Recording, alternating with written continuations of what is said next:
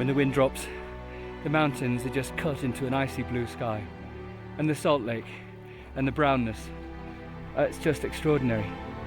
It's like a painting. It's like painting on glass. It's almost not real.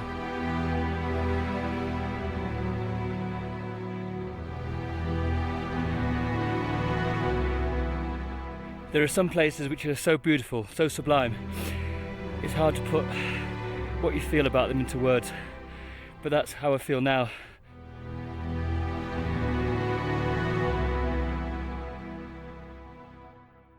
Just gone over the top of the Andes on the way down to Chile. But I've got to make a rush now, head towards northern Chile and across Peru. That's it.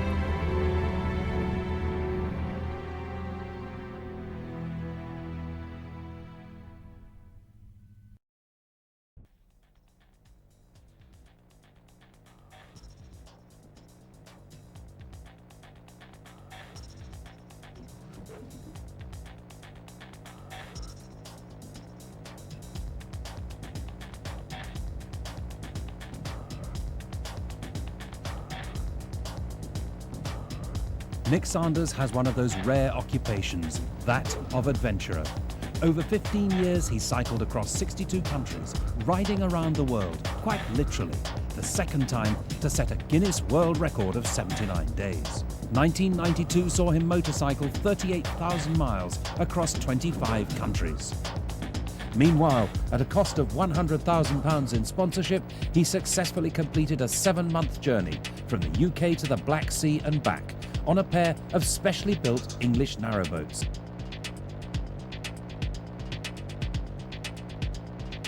In 1996, Nick biked over 15,000 miles from the southernmost tip of South America to Alaska, failing to get this record by several days because of riots in Colombia.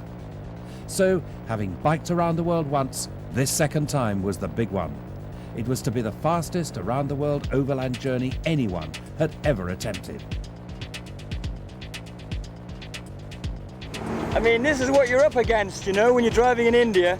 I've discovered I've got a radiator leak. So what am I going to do?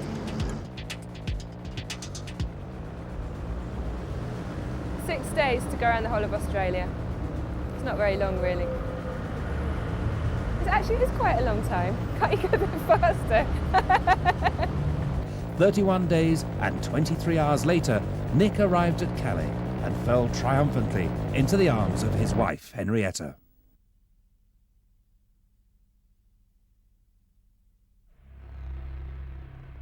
Late in the summer of 2002, 36 riders will leave London and, after traversing the UK, head across Europe for Istanbul. Leaving Bombay, they turn north to cross the Thar Desert in Rajasthan, before heading east to Kathmandu, then Australasia and North America. 27 countries, 18,000 miles, and a media task force to represent and support one of the last great global sporting participation events. America, big. What, 5-6 days? We're only about halfway across it. Like being in a car is like watching the movie, and being on your bike is like, you know, being in the movie. I feel brilliant. I feel like I really have achieved something. Africa becomes a craving. You can't get it out of your blood. The hardest decision I've made today is whether to have the tea or coffee.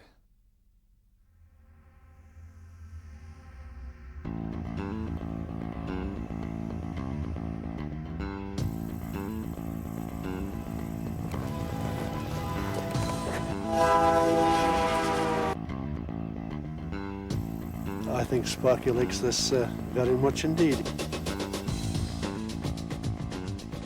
And so the motorcycling for me is an essential part of my being and lasts longer than sales.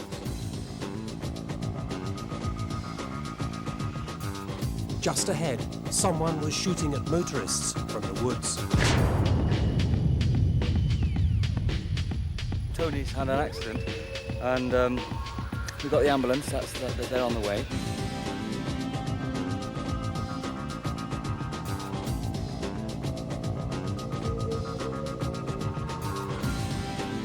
Hey, shit.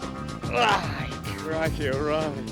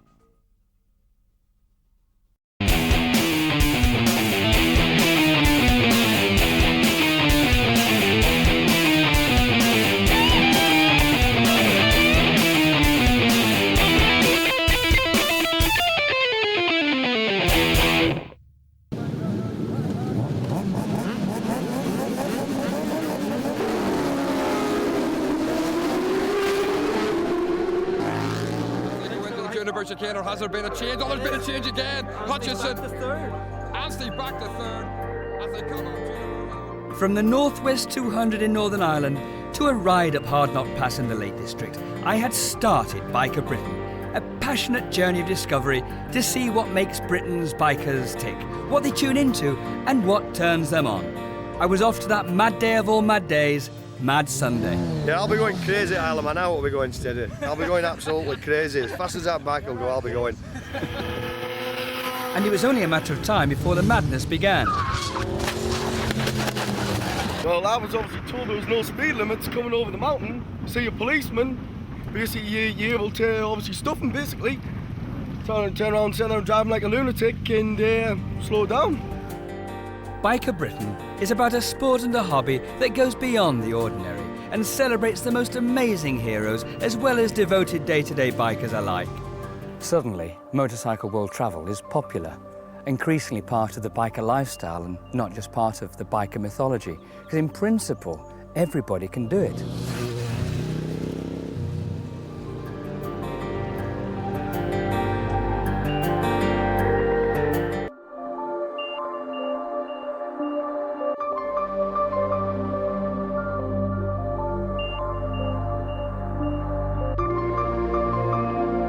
World Championship characters such as Valentino Rossi, Cameron Donald, Michael Rutter and Neil Mackenzie tell their stories. Great showmen who stand on the shoulders of gods and mixed in this eclectic soup, heroes that we will never forget. Liam, I don't race for Robert Dunlop, I race for the Dunlop name, you know, and the legacy that Joey has left behind. I'm sad to report that I stood at that bit of ground out in Tallinn the day before my son was married. It was very important. If I was going to Tallinn, I was going to pay my respects to the great man himself. I think we all appreciate what he did in the world.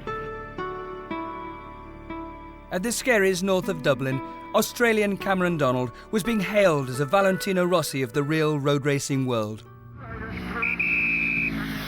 lot of people in the crowd will probably say you'd have to be nuts or mad to ride a circuit like the street circuits because of the danger involved and the risks and whatnot. Riding on these great roads, it was impossible not to be in love with motorcycling.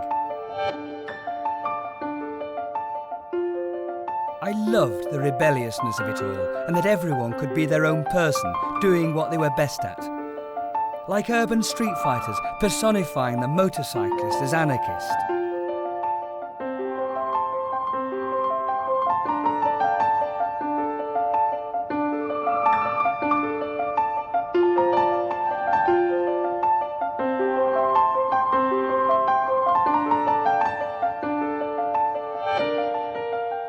Biker Britain is not encyclopedic and makes no defining statement, but the subject matter is broad-ranging and touches on contemporary to classic.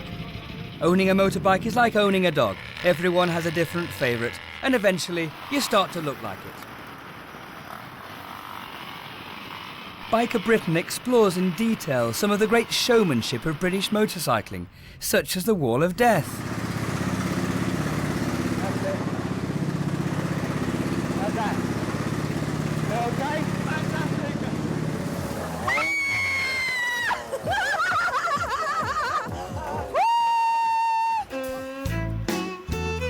Riding along small country roads, I was excited about meeting some of the most talented sportsmen alive, such as Eric Taboul on his rocket bike. 5,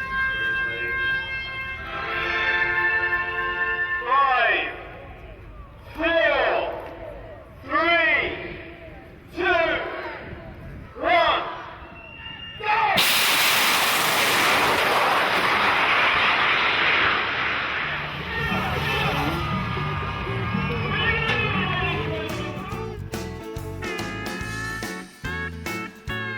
There were other wonders to unearth, including John Winthrop's eponymous crossbow calendar, with its images of Beauty and the Beast.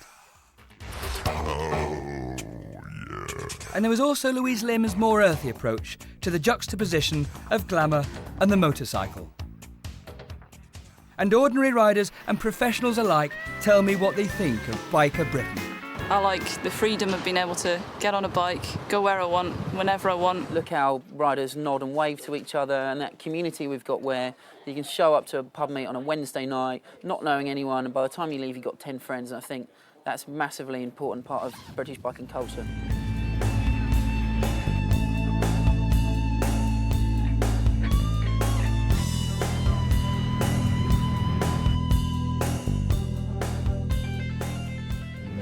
I've had a passion for motorbikes since I was 19 years old, and I just wanted to be up there with the action, meet the riders. What qualifications do you think you need to be a grid lane girl? I think you need to be tall, skinny, quite pretty. All the girls want to be up there with the best riders, best place in the grid, it's very competitive. What do you think about the relationship between girls and bikes? Girls and bikes, men love it. They love the girls in the short skirts and the no clothes on. Sexiness of being girls and bikes together. 4, 3, 2, 1, go! Eric Taboul is the world's fastest motorcyclist. With a standing start quarter mile of 5.75 seconds, he approaches 260 miles per hour.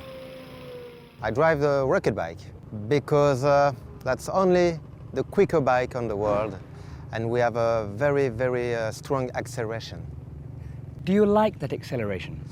Yes, because the pressure is very high, and the adrenaline it's very high too. The satisfaction is you go the quicker on the quarter miles, and when you have a very good 80, you like it because it's a maximum acceleration you can have on the world. Eric was unique in the world of motorcycling. There was nothing on two wheels faster than him. Nothing. It's a challenge because everybody wants to go faster and faster and faster. One day you think you can go quicker of the world, you make this and you work for this. So now I work every time to go quicker and quicker, but at this moment I'm the quicker on the world on two wheels. Eric did have a little competition in the form of Caroline Campbell's experimental hybrid rocket car. Caroline and her husband David Knight took 2 years to build the 26-foot-long drag car, and it was intended to perform at over 300 miles per hour. But it was not to happen on this occasion.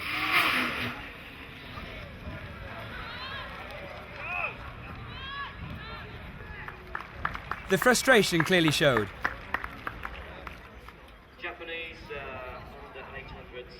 Eric was in a different league, and he explained about the limits of what he was trying to achieve. The limit is not the bike, the limit is the man. And that's another challenge to go quicker and quicker, because we want one time to make a full run and maybe run under 5 seconds on two wheels.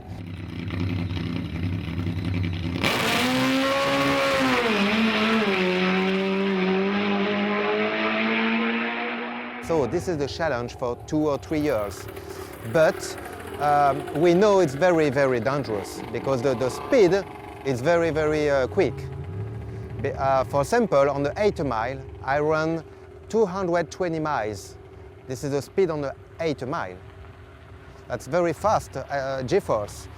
You can imagine if I make a full pass. It's terrible. So over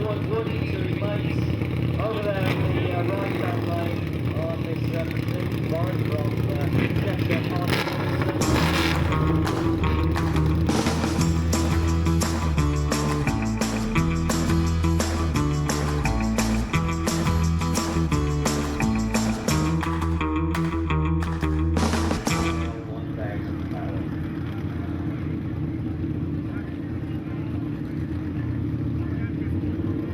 The rocket system, it's from NASA system, and the fuel we use with the catalyst, it's peroxide, about 85%.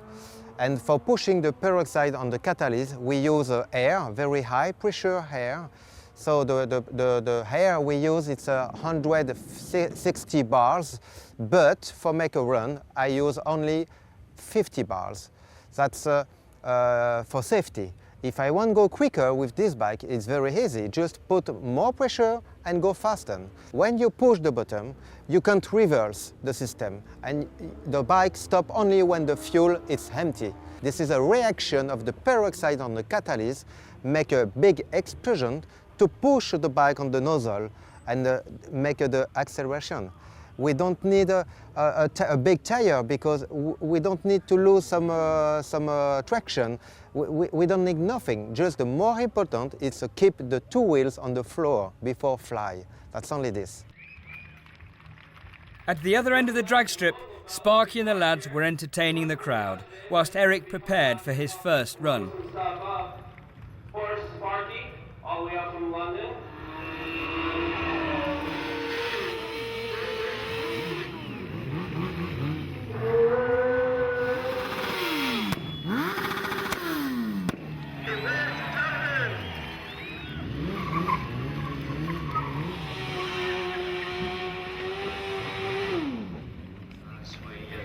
Eric was now in the final stages of preparation, pushing his bike to the start line. From the start line area as Eric Tabor with the rocket motorcycle brings it forward into the start line area. Simon's out there with the radio mic. You want to take it up? The concentration for make a run with the rocket is very important because you know you have a lot of steps very important. First, it's the checklist of the bike before to go on the start line. When you see the run, it's about, before to warm the engine, it's about 5 minutes. And this 5 minutes is very important for lose everything on the head and just to make a concentration with a strong hang on the handbars for make sure with the speed you don't lose the handbars, and when you arrive on the finish you have a good feeling on the finish line, because after 8 miles your eyes burn. I think this is a G-force push on your eyes and you don't see the track. And the last 200 meters it's only the automatic driving.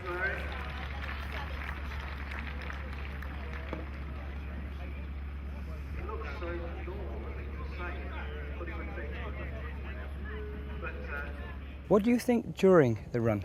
Are there any thoughts at all? I think nothing. Just I think I have pushed the button and pushed the bike. Now, I don't remember nothing on the run because we lose every information on the head, because the head is on the front, and with the G-force we have nothing on the head.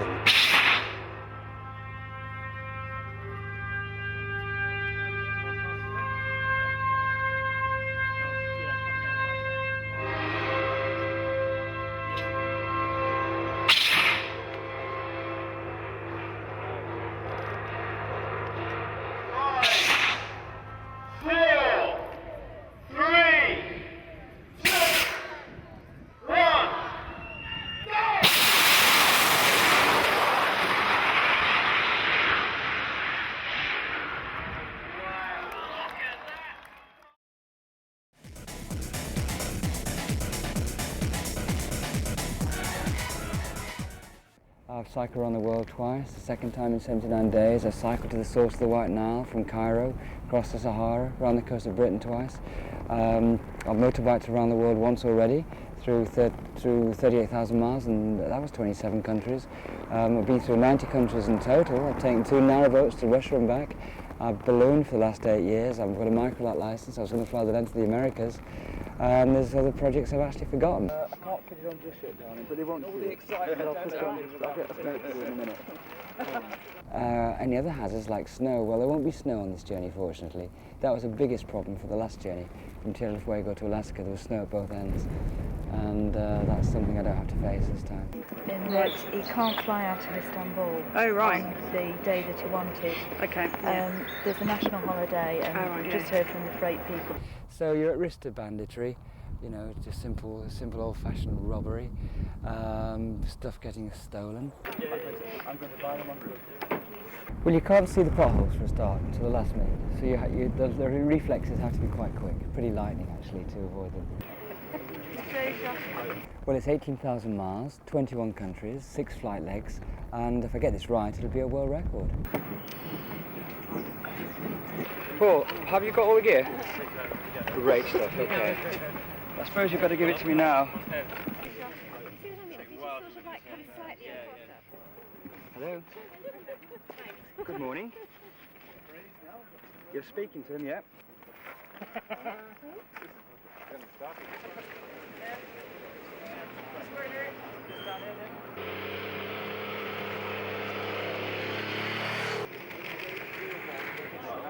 One of the only gifts that I've got actually is my level of energy, and my ability to focus and concentrate that energy force in a very unilinear direction. Because I've not slept for 2 weeks, you know. Yeah. Has he got the tickets? The thing is that it's amazing when you think of the hundreds of thousands, if not maybe millions of bikers around the world, and no one's ever done this.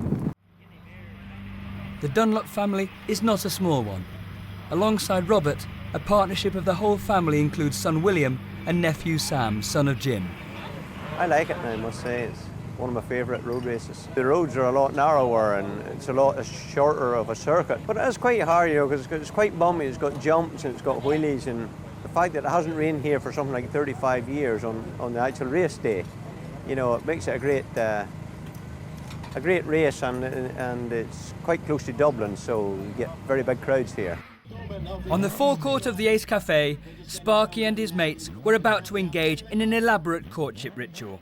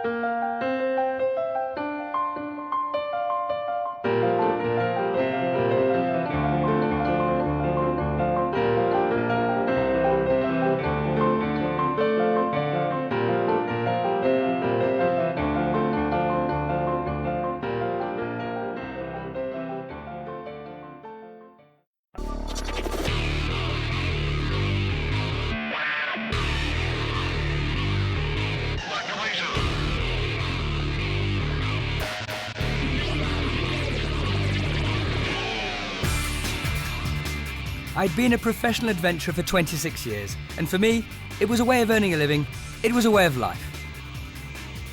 And yet, whilst biking had given me some of my greatest moments, unlike bike racers who are away just for days, I was away for months. And the time away from my children was hard. You know, you've got got to be really, really physically fit, I think. And also you need to be mentally fit as well, because actually, more than anything else, you need to be able to stay focused and determined. And, well, you might, so it's a bit questionable whether Nick's mentally fit, but the one thing he does have is, there's no question, he has got an iron will, a determination like, you know, it's world champion class, his determination and will, no matter what, to overcome. And that's what you need, and that's what he's got. What's the temperature today? Now it's maybe around 43, no, not 43, around 40 to 41. Yeah. 41. And why, In my view, British bikers take on the hardest of journeys. And I, like a few of my contemporaries, well, we enjoy the pleasure, but also get the pain of being on the road. If ever there was a comparison with riding 1010 on the edge, this was it. Sometimes the pain of being alone and distressed could only really be understood by those who've been there. You know, the flatter the desert, the more you're held to ransom by the horizon. You can't see any further, and so you can't know where you're going. So for bikers like us, it's only by riding towards it can you set yourself free.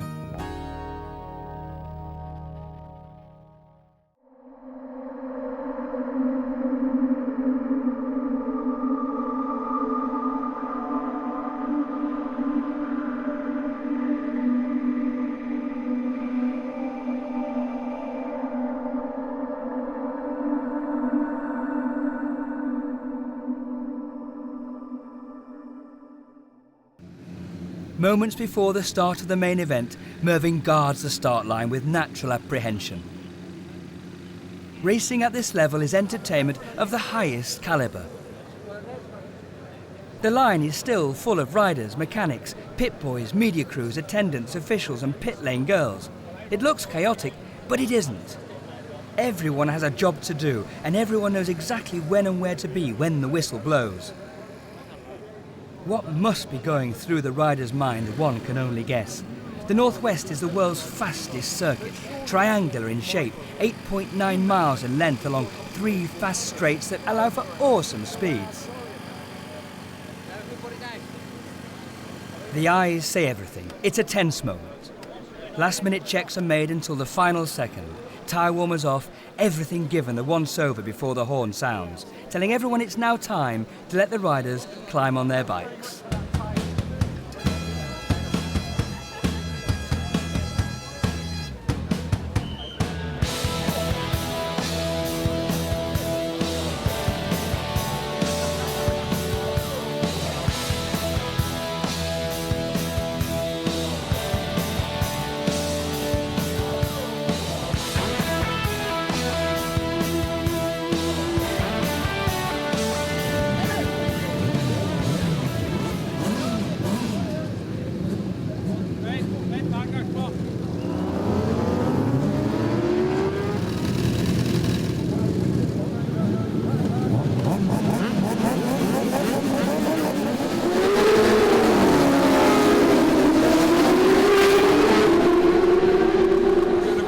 Has there been a change? Oh, there's been a change again. Hutchison.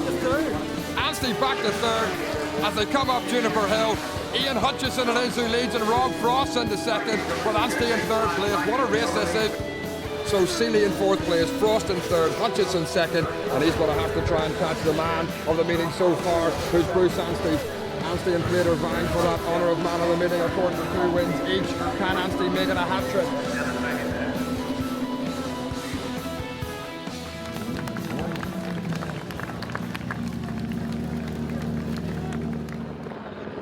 Ian Hutchinson is in the winner's enclosure. Elsewhere, Steve Plater fought off Michael Rutter to secure 2 Superbike wins, setting a new outright lap record of 124.1 miles per hour. Needed to do that really after the first 600 race, but they are just such a fantastic team to ride for, and the Kawasaki's, you know, they're not getting the due that they should be. They're a good bike, and that is so fast at 600. So I'm just glad that I have got the win for them. The British Championship. So Rob, well done, matey. One time I thought you were actually going to get a victory there, but you've still come up with your best result at the Northwest. Yeah. I did for a little while too, but you know, these things happen. Got right behind him on coming up to the last corner and just tried to do everything in one corner. You know, it's just totally stupid. I just don't know what happened. Just far too much red mist, and you know that ruined the day, to be honest. It's hard work, especially these little races on the 600s. There's a lot of slip swimming going on. It's quite hard braking. It's quite hard work. I just enjoy it, really. That's what I do. Really enjoy doing it.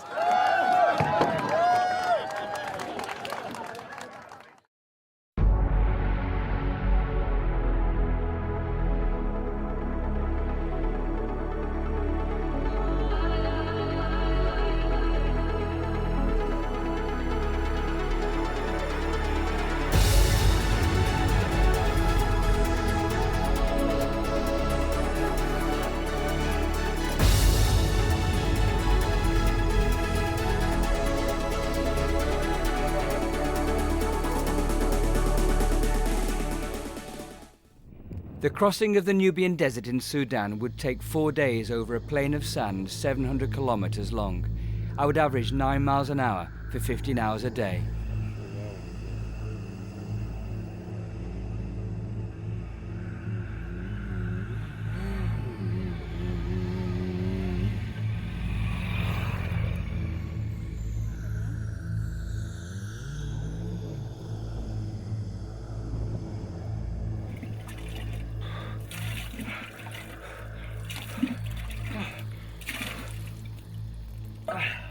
What makes a desert crossing like this actually possible is there are clay urns in small little places like this, which are obviously well shaded, right in the heart of the Nubian desert. The water's been brought in from the Nile and it's really cool. Oh, it's really cold and it's great.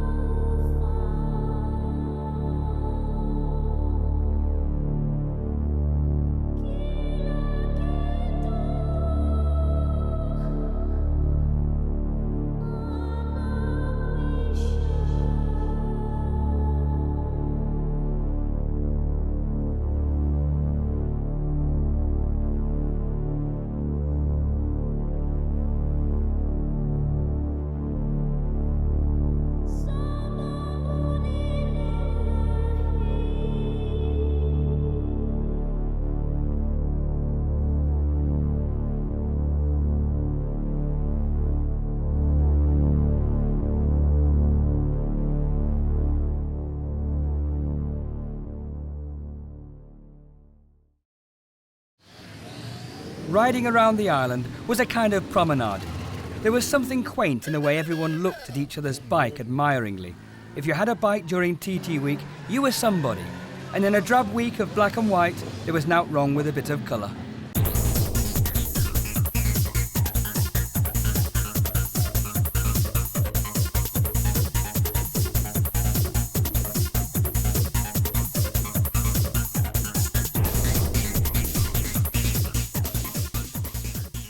What's happened here? There'll be an incident somewhere on the mountain course where access is difficult to get to. So they'll hold us all back until they manage to get an ambulance there, treat the casualty, clear the bike off. If there's oil or petrol on the road, then that's got to be cleaned up. We could be here for half an hour to an hour, but the road's going to be safe before they let us go. It's the red mist. Mad Sunday has this impression on people. They think they're riding on a racetrack. Well, I was obviously told there was no speed limits coming over the mountain. See a policeman. Basically, you're able to obviously stop them, basically. Turn around, sit down, driving like a lunatic and slow down. The mountain section of the TT course does not trivialise itself with the small detail of legislating a speed limit. So you take out your brain, you lock it in your top box and you ride as fast as you dare. This year I think it has been mad. Volume of traffic, volume of bikes, unbelievable. We've been here the last 3 years and you could have ridden the circuit as fast as you liked. Not this year, too much traffic. As we wait, some rider is being shovelled up and what remains of his bike is lifted into the ditch until both are collected by the appropriate services. There's been an accident up the road, we're just waiting for them to clear it. It's a well-rehearsed operation, as it's applied without fail every year. Suddenly, another rider hits the deck.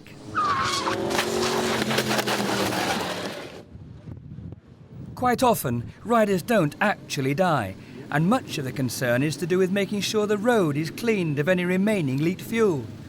Riders quickly bunch up to form a line across the road, irritated and relieved in equal measure, secretly acknowledging their own good fortune.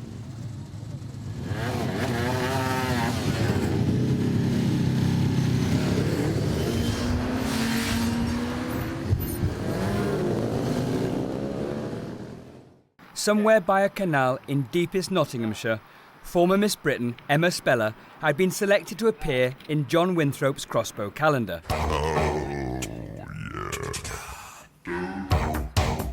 The two distinguishing features about this assignment is that the bike is triple coated in chromium plate and the image reflected off the mirror-like surface is of a girl wearing nothing but a bikini. Shot by that. Let's bring it. Let's just put it in the picture and be done with it. Mind your back, Nick. You're gonna get run over by a Hayabusa. See that? Yeah, no, it's good, yeah. I'll show you inside. Yeah, no, it's good.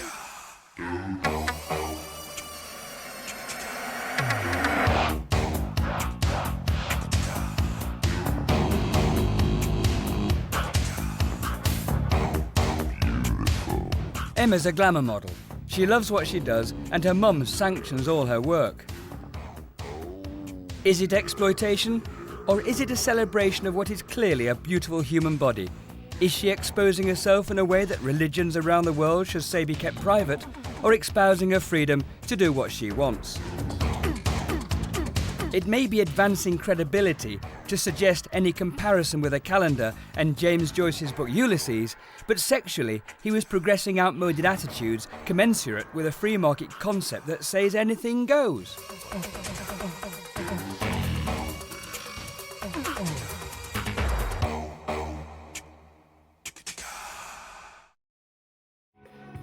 With motorcycling, it seems everyone has a story. And I met up with one of the finest riders of his generation, James Toseland. I went from playing the piano to going into motorcycling, and you know, I'm amazed that even today just how successful my career has been, and it's just been down to dedication and practice, and there's no substitute really for just riding a bike around the track and doing all the different things, sliding, the braking, the acceleration, and there's no substitute.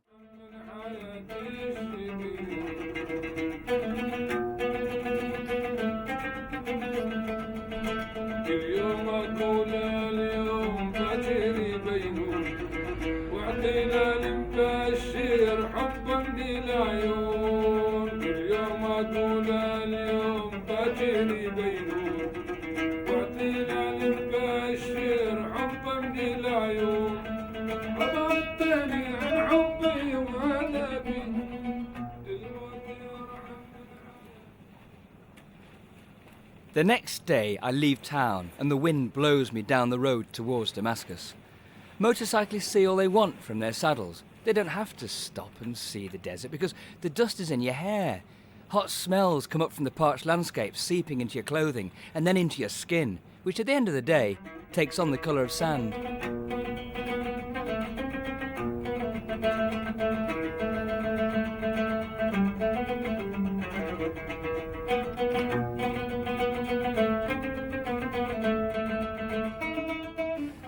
Oh, great. Phew. Welcome. Thank you. God, it's amazing to find a cafe called the Baghdad Cafe. Baghdad Cafe, upstairs 5 years, restaurant 25 years. You've been here 25 years? Yes. Living here? Yes. Wow. That's extraordinary. It's like living in the desert. Sorry, my speak little English. It's like living in the desert? Yes. Yeah. Do you like living in the desert? Yes. Oh, gosh. Not a lot to see. There's not a lot to see, or? See? See? Not, you know, when you look outside the window, you see the same thing every day? Yes. Yeah? Yes. I suppose that's a good thing, really. Yeah. It's amazing having conversations like this with people who don't speak any English. Still, there we are, I don't speak any, where am I? Syrian. So it doesn't matter. But anyway, you're very welcoming. Thank you. Thank you. Yeah.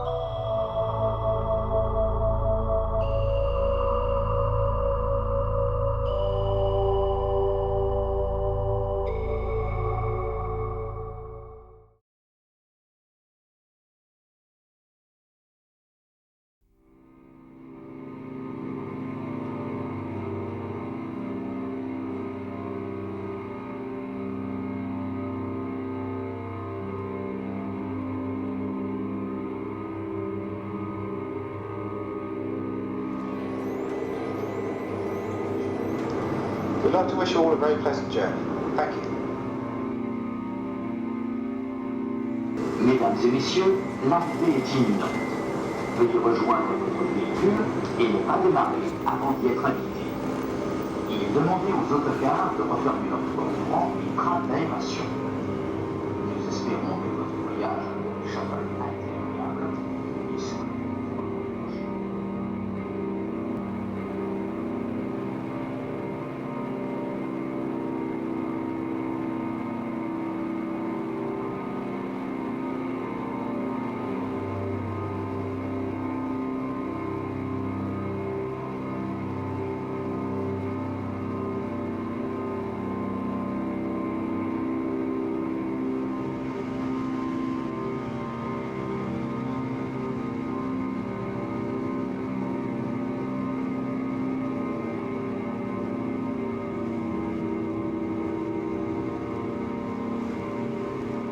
I'm in Budapest. I've just ridden from Regensburg and I've come via Prague. I had a 30 seconds rest in Prague and that was it. I'm so tired. It must be 2 o'clock in the morning and I'm still emailing and still interneting and still basically sorting out all the business of an adventure. You must be a little bit mad, or not?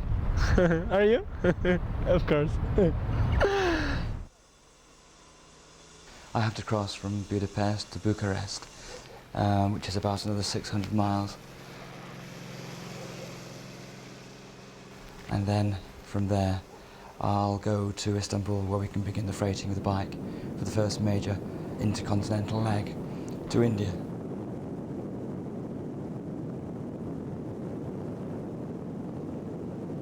I've just gone through Romania and Bulgaria basically in the last 2 days. I've had 4 hours sleep and it's been quite stressful because the roads in Romania have been quite difficult. And also I had a front wheel puncture in Bulgaria.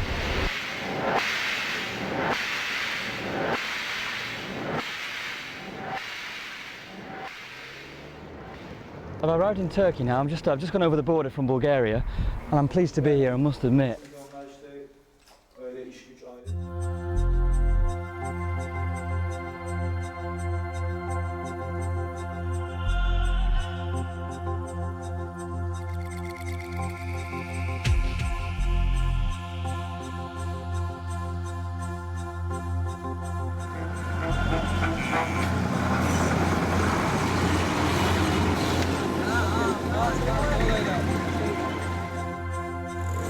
I'm absolutely furious.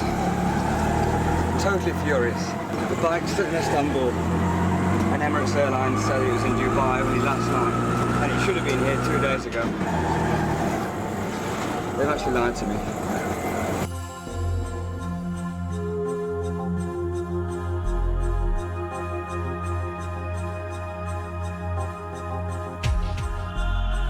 Basically, the riding the motorbike on this project is the easiest bit. Please, will you let me do it?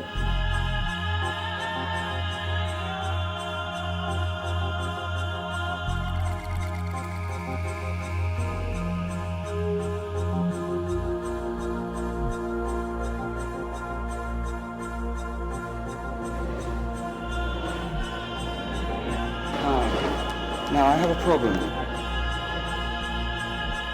They've actually lied to me. They lied to me.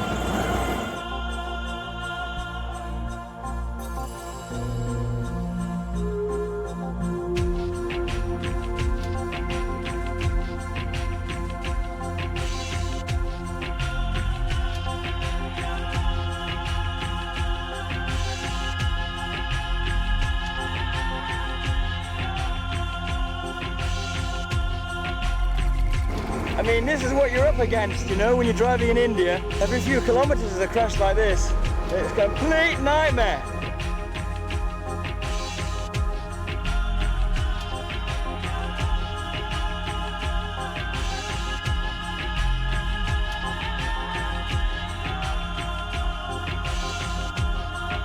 You must be getting really good at crashing now.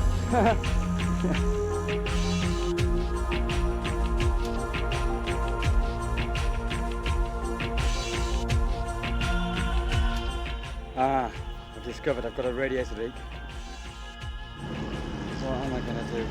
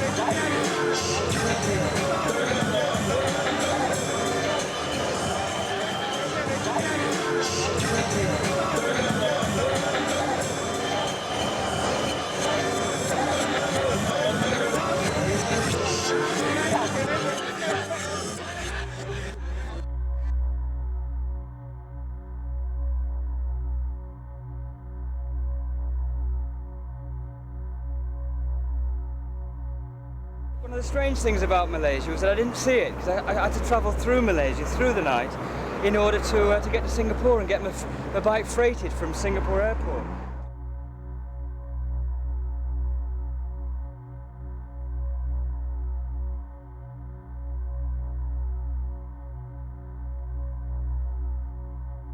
Tonight I put the bike onto a plane to Australia, and I go tomorrow morning and arrive at 1400 hours in Perth.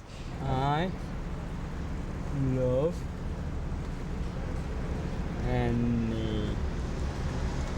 Annie, my darling. Great. Yeah. 6 days to go around the whole of Australia. It's not very long, really. It's quite a long time. Can't you go a bit faster?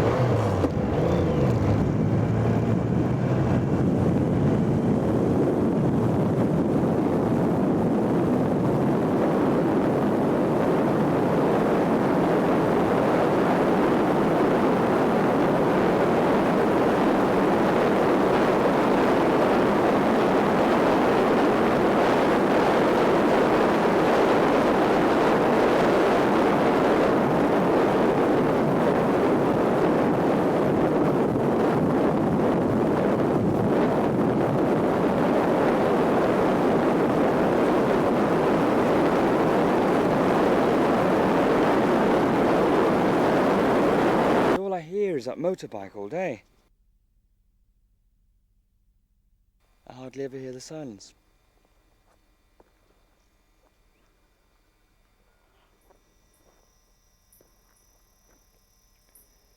So tired now I can hardly stand up. It's just really difficult.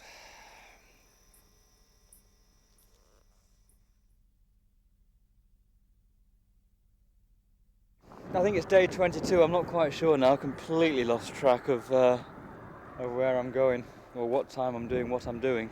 And I'm going to be in Port Augusta very shortly and Adelaide this late afternoon, and I'll be in Melbourne tonight, about midnight.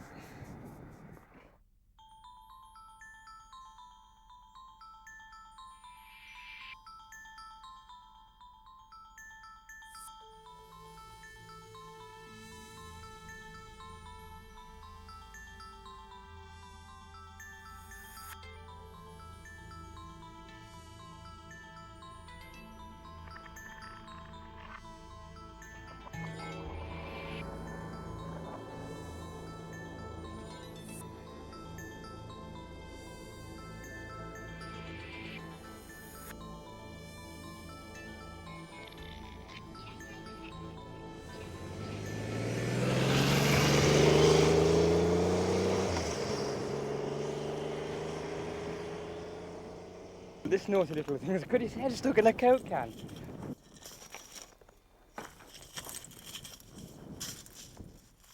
Dawn in Victoria. I've done 815 miles and I've got to be in Melbourne for 11 o'clock. Then I've got another 500 miles to get to Sydney. Then I can put the bike into customs. And things are going well. I've just driven through the night.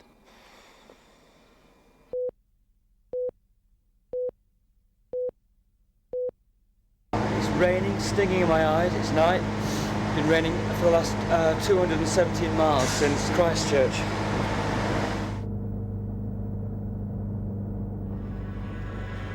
How does it feel, Nick? Finished the New Zealand leg.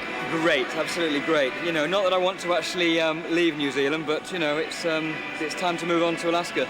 Get the Alaska leg done, get the Canadian bit, get the American bit done, down to Texas, to New York, and then back to Europe, and then I can go home. I can't wait. I'm quite looking forward to it, yeah.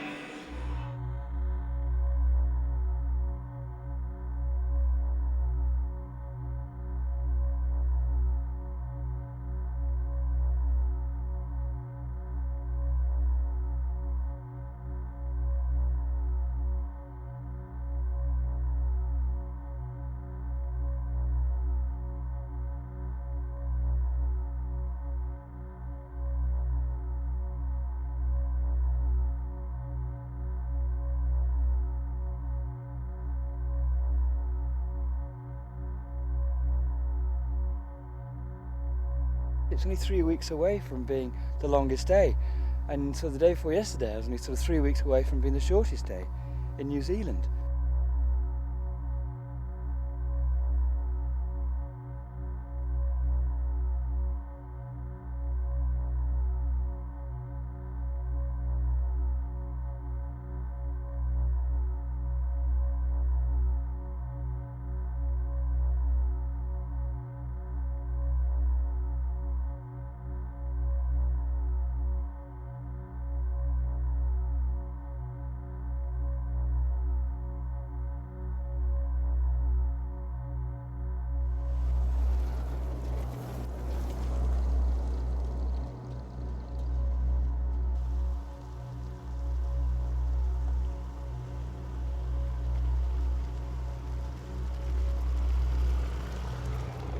So much for the ideal riding conditions.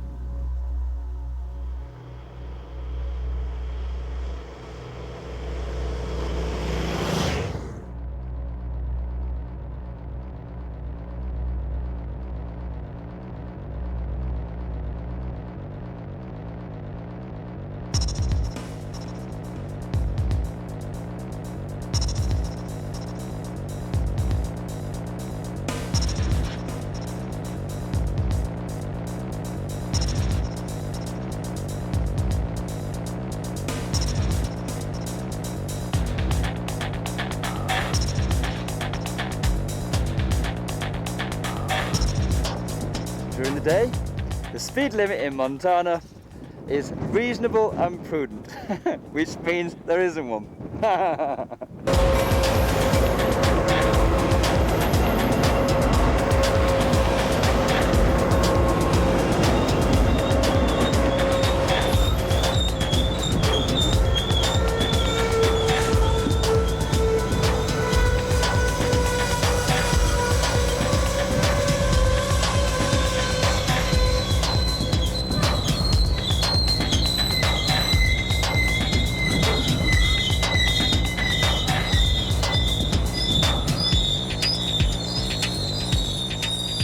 Wanderlust. It's a nice German word that translates to English. We don't really have an answer for it. It's just we're always out there looking for answers. The answers are somewhere on the roadways of the world. This is great, actually. I've just arrived in my hotel room, which is the Marriott Marquis in Times Square. I'm so excited.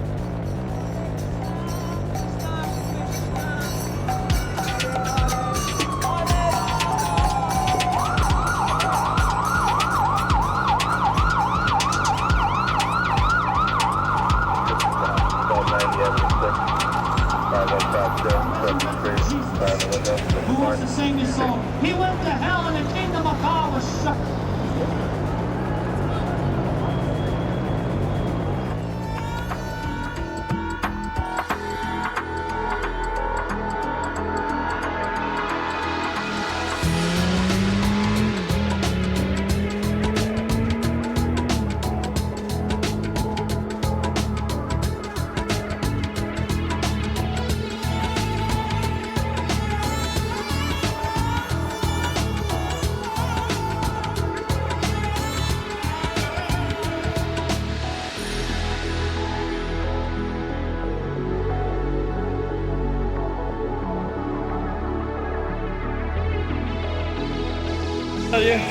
Bye-bye.